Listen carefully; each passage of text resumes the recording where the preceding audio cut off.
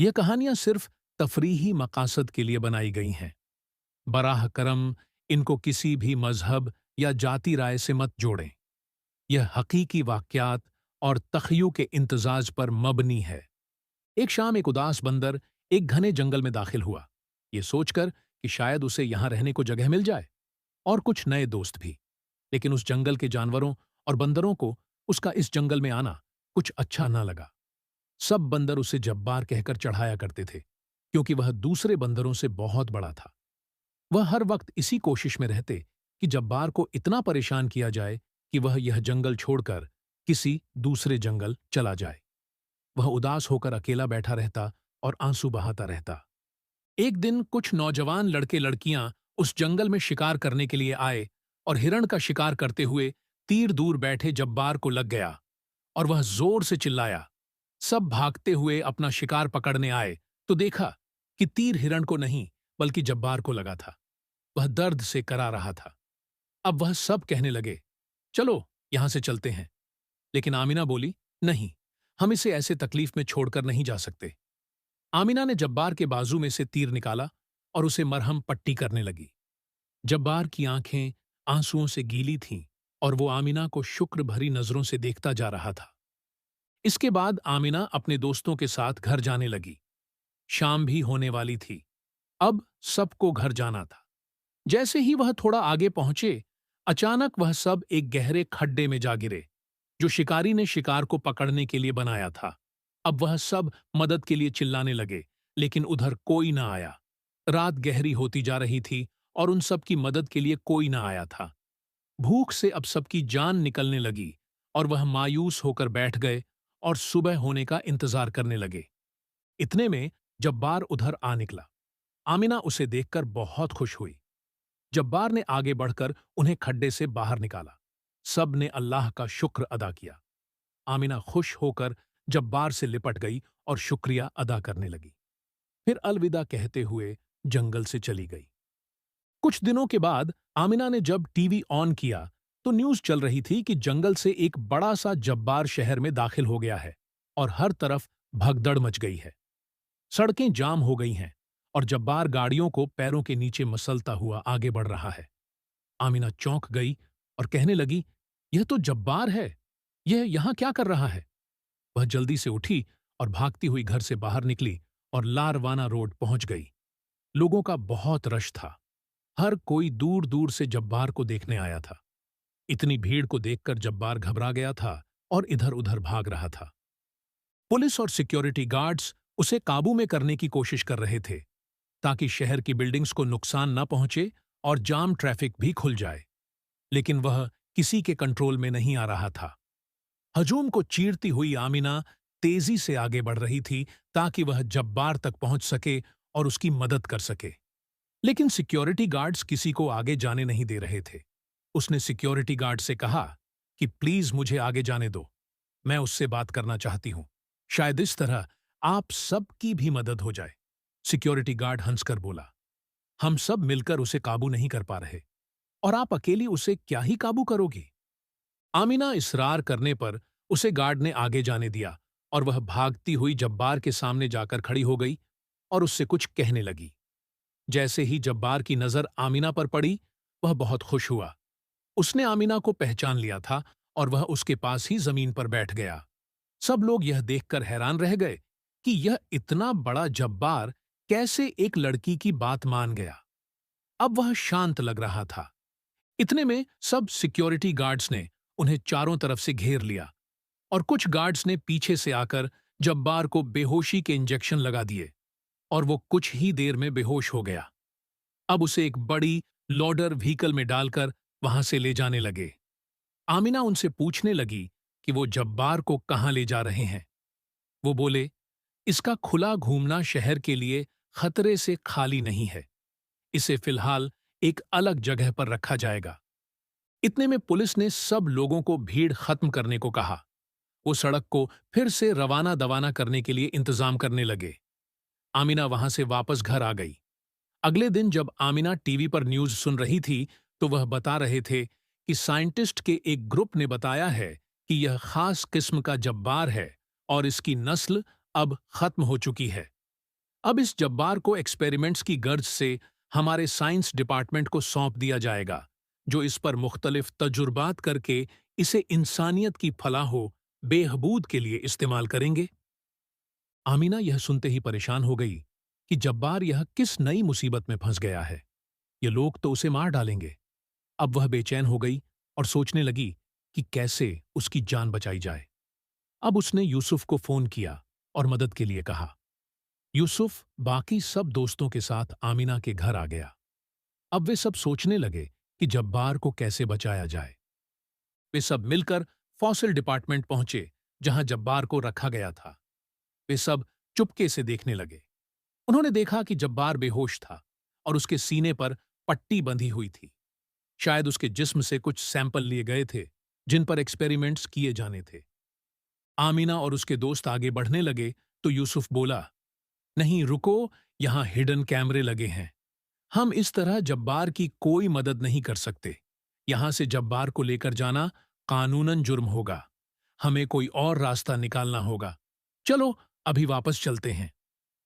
फिर वे सब वापस चले गए।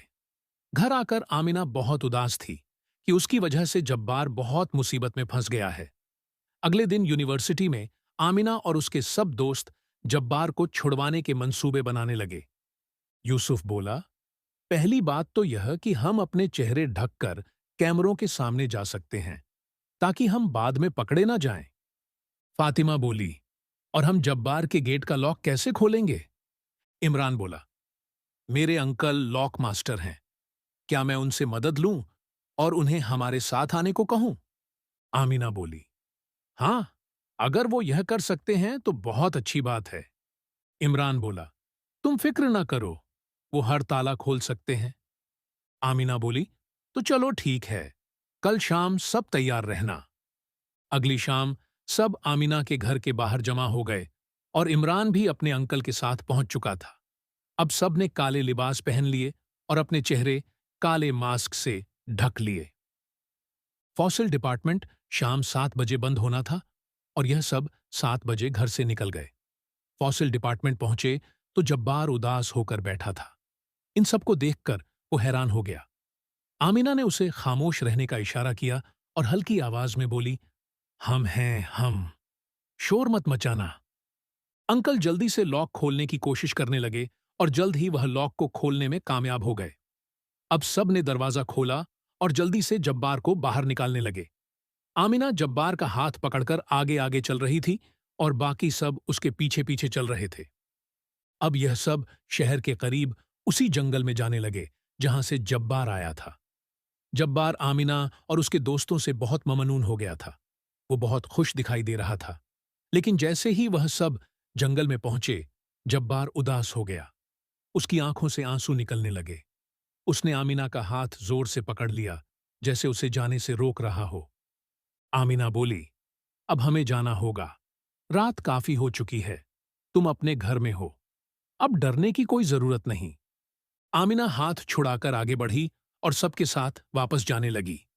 वो थोड़ा आगे पहुंचने ही थे कि पीछे से एक आवाज आई, मत जाओ मुझे अकेला छोड़कर। मैं अकेला यहां मर जाऊंगा। सब ने हैरानी से पीछे मुड़कर देखा तो जब्बार अब इंसानी आवाज में बात कर रहा था। वो सब बहुत डर गए और सोचने लगे, ये कैसे मुमकिन है? आमिना ने हैरानी से पूछा, तुम हम इंसानों की तरह बोल सकते हो? जब्बार ने आंसू पोंछते हुए कहा, हां, क्योंकि मैं तुम सबकी तरह ही एक इंसान था।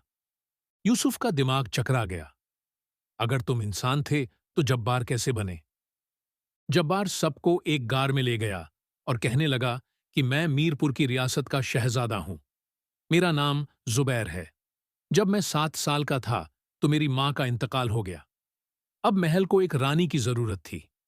मीरपुर के राजा ने दूसरी शादी कर ली और नई रानी के जिम्मे मुझे पालने की और मेरी देखभाल की जिम्मेदारी थी। उन्होंने मुझे बहुत अच्छे से पाला पोसा और मुझे कभी महसूस न हुआ कि वो मेरी सौतेली मां थी। कुछ सालों के बाद उन्होंने एक बेटे को जन्म दिया। छोटे भाई के आने से मुझ पर मां की तवज्जो थोड़ी कम हो गई, लेकिन मैं उसके आने से बहुत खुश था। फिर मेरी बहन की पैदाइश ने इस तवज्जो को और कम कर दिया, मगर हम सब साथ में बहुत खुश थे। हंसते खेलते हमारा बचपन कैसे गुजर गया, हमें पता ही न चला। मैं 22 साल का हुआ तो राजा ने मुझे गद्दी नशीन करने का फैसला कर लिया। मैं रियासत के कामों में दिलचस्पी लेने लगा। सब मेरे लिए बहुत खुश थे। रानी माँ, मेरे भाई बहन और मीरपुर की रियासत मेरे गद्दी नशीन होने की खुशियां मनाने लगे। एक दिन जब मैं सो के उठा तो मेरे तकिए के नीचे से कुछ अजीब सी चीजें निकली। कुछ नींबू जिनमें सुइयां छुपी हुई थीं और कुछ ताबीज। जैसे ही मैंने उन्हें हाथ में पकड़ा, मेरे सर में अजीब सा दर्द उठने लगा। अब हर दिन मेरे कमरे में कुछ अजीब सी सरगर्मियां होने लगी। मुझे किसी के होने का एहसास होने लगा, जैसे मेरे कमरे में मेरे अलावा भी कोई मौजूद होता। मैंने इन बातों को नजरअंदाज किया और सो गया। आधी रात को सोते हुए अचानक मैंने अपनी बाजू में बहुत दर्द महसूस किया और मेरी आंख खुल गई। जैसे ही मैं नींद से जागा तो देखा कि मेरी बाजू एक बंदर की बाजू की तरह दिखाई दे रही थी। लंबे काले बाल, लंबे नाखून। मैं बहुत खौफजदा हो गया, लेकिन मैंने इस बात का जिक्र किसी से भी ना किया। सुबह जब मैं सो के उठा तो मेरी बाजू बिल्कुल ठीक थी। फिर मुझे लगा कि शायद कल रात मैंने कोई बुरा ख्वाब देखा था। फिर मैं रियासत के कामों में मशरूफ हो गया और मेरे जहन से यह सब मुकम्मल तौर पर निकल गया।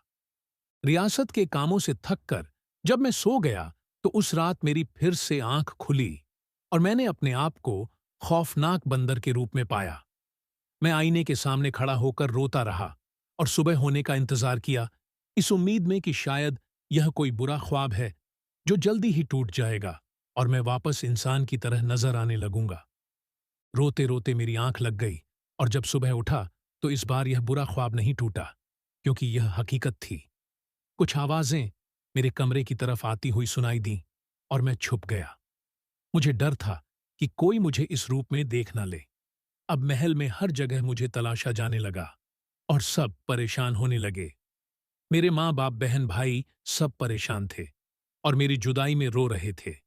लेकिन मैं सबसे छुपता छुपाता बिना किसी को बताए रात के अंधेरे में महल से निकल आया और कई दिन भटकने के बाद आखिरकार मीरपुर के इस जंगल में आकर आबाद हो गया, यह सोचते हुए कि शायद अब मेरी यही जगह है।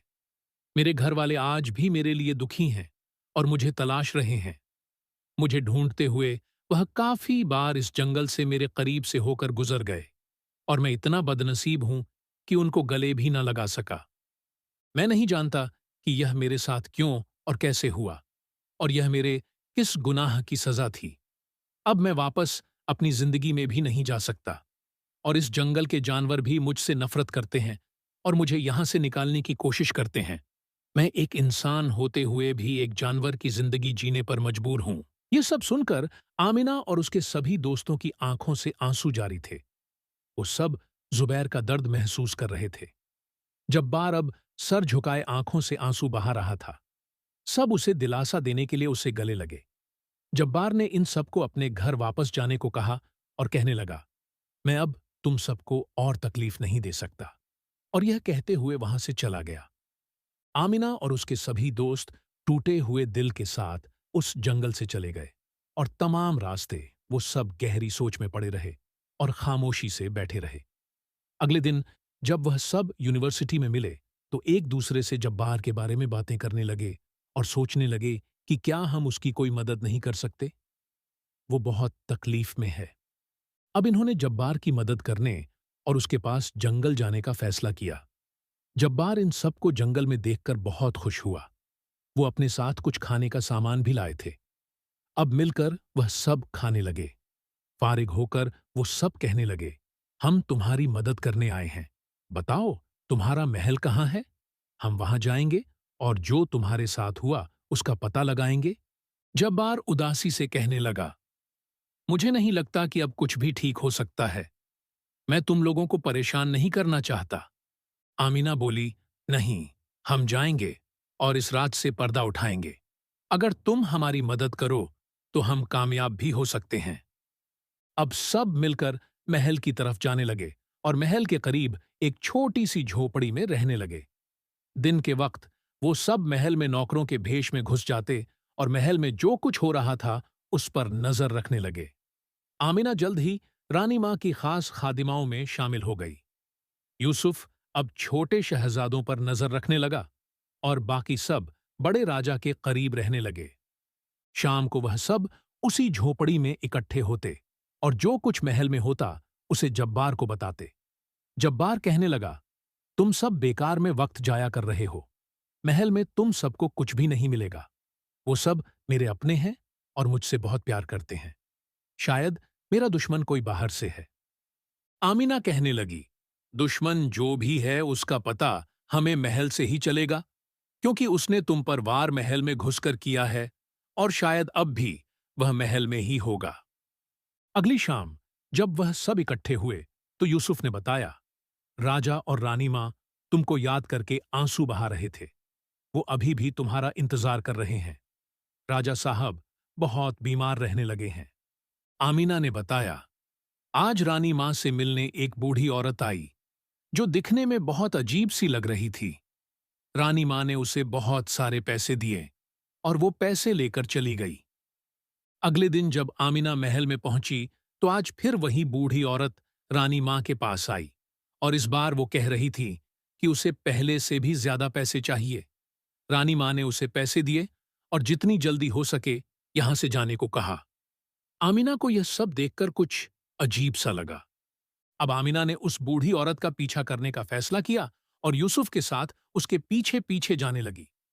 चलते चलते वह औरत एक पुरानी सी झोपड़ी में जा घुसी। वह दोनों झोपड़ी के बाहर छुप गए। थोड़ी देर के बाद वह बूढ़ी औरत फिर झोपड़ी से बाहर निकली और बाजार की तरफ जाने लगी। इन दोनों ने फिर से उसका पीछा करना शुरू कर दिया। अब वह एक दुकान से नींबू और हरी मिर्च लेकर आगे बढ़ी। फिर दूसरी दुकान से कुछ बारीक सुइयां खरीदने लगी। इसके बाद वह कसाई की दुकान पर खड़ी हुई और उनसे कुछ हड्डियां लेकर वापस झोपड़ी की तरफ चल पड़ी। शाम होने वाली थी। अब यूसुफ और आमिना उसका पीछा करते रहे और वह बूढ़ी औरत वापस झोपड़ी में जा घुसी। इसके बाद वह दोनों वापस झोपड़ी आए और यह सब जब्बार को बताने लगे। आमिना कहने लगी, ना जाने क्यों, पर मेरा दिल कहता है कि इस औरत का तुम्हारी इस हालत से जरूर कोई वास्ता है। आमिना ने कहा, हमें अब इस औरत पर नजर रखनी होगी। अब आमिना और यूसुफ हर रोज उस बूढ़ी औरत की झोपड़ी के बाहर उस पर नजर रखने लगे। एक दिन जैसे ही वह झोपड़ी से बाहर निकली, वह दोनों उस झोपड़ी में जा घुसे और देखकर हैरान रह गए कि वहां काला जादू का सामान, इंसानी हड्डियां, खोपड़ियां और ताबीज पड़े थे। अब वो दोनों बहुत डर गए और जल्दी से बाहर निकल आए और झोपड़ी की तरफ भागे। झोपड़ी में जाते ही उन दोनों ने यह सब जब्बार को बताया। अब आमीना कहने लगी कि मुझे यकीन है कि इस सब के पीछे रानी मां का हाथ है। जब्बार की आंखों से अब आंसू बहने लगे। इतने में फातिमा भागती हुई झोपड़ी में दाखिल हुई और कहने लगी कि रानी मां छोटे शहजादे से कह रही थी कि इतनी मुश्किल से हमने जुबैर से छुटकारा पाया है। अब तुम किस दिन गद्दी नशीन करोगे और गद्दी पर बैठोगे? रियासत के कामों में हिस्सा लिया करो। आखिर कब तक तुम लापरवाही से काम लोगे? यह ना हो कि एक दिन यह सब हाथ से चला जाए। जब्बार ये सुनकर बहुत उदास हो गया और बोला, सारी उम्र मैं जिसे मां समझता रहा वो मुझसे इतनी नफरत करती थी कि उसने मुझे इतनी तकलीफदेह जिंदगी जीने पर मजबूर कर दिया। इससे बेहतर तो यह होता कि वो मुझे सूली चढ़ा देती। आमिना बोली, उन्होंने यह सब इसलिए किया कि तुम खुद सब छोड़ छाड़ कर चले जाओ और उनको अपने हाथ तुम्हारे खून से ना रंगने पड़े और उनका असली बेटा गद्दी नशीन हो जाए। अगले दिन सब बैठकर इस मामले पर सोचने लगे और कहने लगे कि हमें अब महल जाने की कोई जरूरत नहीं। असल वजह का पता लग चुका है। अब हमें उस जादूगरनी के पीछे जाना है। यह सब उसके जादू की वजह से हुआ है। अब इस जादू को तोड़ने का तरीका भी उसी से मिलेगा। अब वो सब मिलकर उस जादूगरनी पर नजर रखने लगे और एक दिन मौका पाकर यूसुफ और आमिना उस झोपड़ी में जा घुसे और जादूगरनी से कहने लगे कि हमें काम करवाना है। क्या हम अंदर आ जाएं? औरत बोली, नहीं, तुम लोग मेरे काम की कीमत नहीं चुका पाओगे, इसीलिए यहां से चले जाओ। वो दोनों कहने लगे, अगर आप हमारा काम ठीक से कर दो तो हम मन मांगी कीमत अदा कर सकते हैं। जादूगरनी बोली, अच्छा, अंदर आ जाओ। अब वह दोनों कहने लगे कि हम जानते हैं कि तुमने ही शहजादे जुबैर को बंदर बनाया है। अगर तुम उसे वापस इंसान बना दो, तो तुम्हें रानी मां के दिए हुए पैसों से 100 गुना ज्यादा मिलेगा। यह सुनकर जादूगरनी चौंक गई और गुस्से में आग बबूला हो गई। अब जादूगरनी इन दोनों पर चिल्लाने लगी और इन दोनों को यहां से जाने के लिए कह दिया। आमिना और यूसुफ वहां से चले गए और बाहर जाकर झाड़ियों में छुप गए। अब वो जादूगरनी जल्दी से महल की तरफ भागी और रानी मां से जा मिली। इसी बीच फातिमा ने राजा साहब को बताया कि रानी मां की तबीयत बहुत खराब है, वो आपसे अभी मिलना चाहती हैं। राजा साहब जल्दी से उठे और रानी के कमरे में जाने लगे। अभी वह दरवाजे पर ही थे कि उन्हें अंदर से कुछ आवाजें आने लगी। एक औरत रानी से कह रही थी कि कोई जान चुका है कि शहजादे जुबैर को आपने जादू के जरिए बंदर बना दिया है, ताकि शहजादे जुबैर की जगह आपका असली बेटा गद्दी नशीन हो जाए। राजा साहब कमरे के बाहर खड़े होकर यह सब सुन रहे थे। वो गुस्से से आग बबूला हो गए और उसी वक्त रानी और उस जादूगरनी को कैद करवा दिया। इधर जादूगरनी के घर से निकलते ही आमिना और यूसुफ घर में जा घुसे और एक किताब ढूंढने लगे जिसे उन्होंने पिछली बार देखा था, जिसमें उस जादूगरनी की सब काली करतूतें लिखी थीं और उनका तोड़ भी लिखा हुआ था। बहुत तलाश करने के बाद एक पुराने संदूक से वह किताब मिल गई। उस किताब को लेकर वह वापस झोपड़ी में आ गए। अब सब मिलकर उस किताब को पढ़ने लगे। उस किताब में शहजादे जुबैर पर किया गया तिलिस्मी अमल भी लिखा हुआ था और लिखा था कि मीरपुर की काली झील की तह में एक संदूक पड़ा है जिसमें एक बंदर का पुतला कैद है। उस संदूक को खोलकर उस पुतले को जंजीरों से आजाद करने और उस पर लगे ताबीज को आबे जमजम में भिगोकर उसका असर खत्म करने से शहजादा जुबैर फिर से इंसान बन जाएगा।